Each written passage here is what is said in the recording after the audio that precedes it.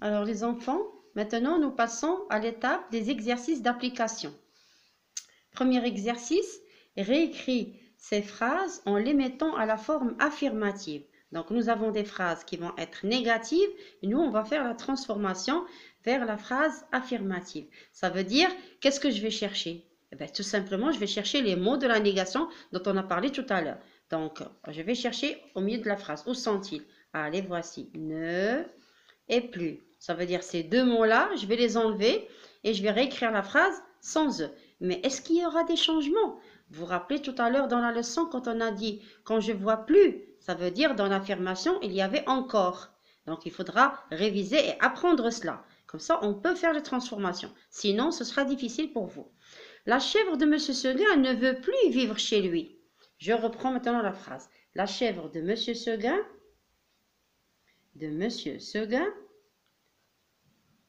veut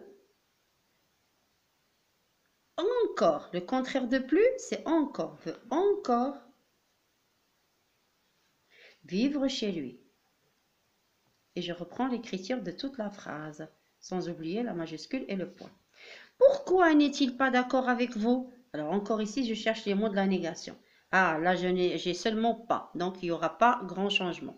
Pourquoi est-il, je reprends, là, voilà ce qu'on a dit tout à l'heure, interrogatif, négatif. Pourquoi est-il d'accord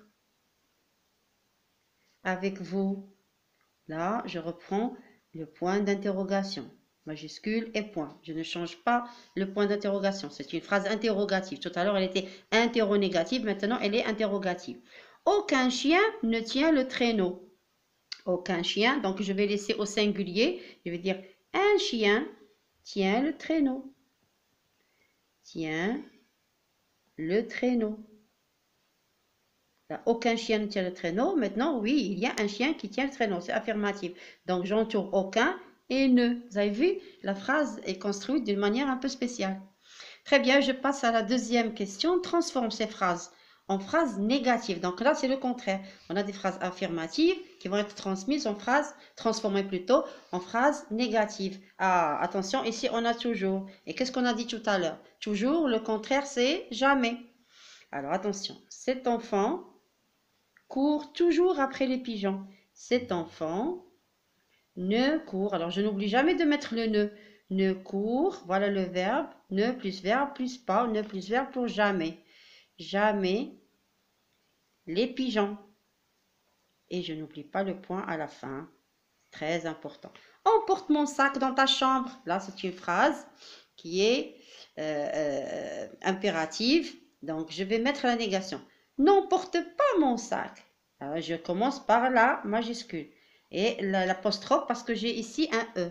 Voilà le verbe. Donc, automatiquement, ne plus verbe plus pas. N'emporte pas mon sac dans ta chambre. Dans ta chambre.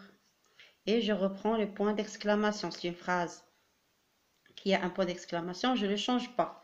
J'ai trouvé quelque chose dans ma poche. Ah, quelque chose. On a parlé tout à l'heure, on a dit quelque chose. Quel est le contraire de quelque chose? C'est rien. Alors, maintenant j'ai ici le verbe avoir, je vais mettre N apostrophe, parce qu'il y a le A. Ah, j'ai le passé composé. Voici la forme composée. Alors, je vais prendre seulement l'auxiliaire. Je n'ai rien. Voilà, ne plus verbe plus rien. Je n'ai rien trouvé. Alors, le participe passé, je le mets après. Je n'ai rien trouvé dans ma poche. Voyez comment j'applique ce que nous avons dit tout à l'heure? Je n'ai rien trouvé dans ma poche. Donc, forme simple, ne plus verbe plus pas. Forme composée, je prends l'auxiliaire. Je n'ai rien trouvé dans ma poche. Voilà comment on applique ce que nous avons dit dans la leçon. J'espère que vous avez compris comment on fait. Allez, au revoir et bon courage pour les exercices qui vont suivre.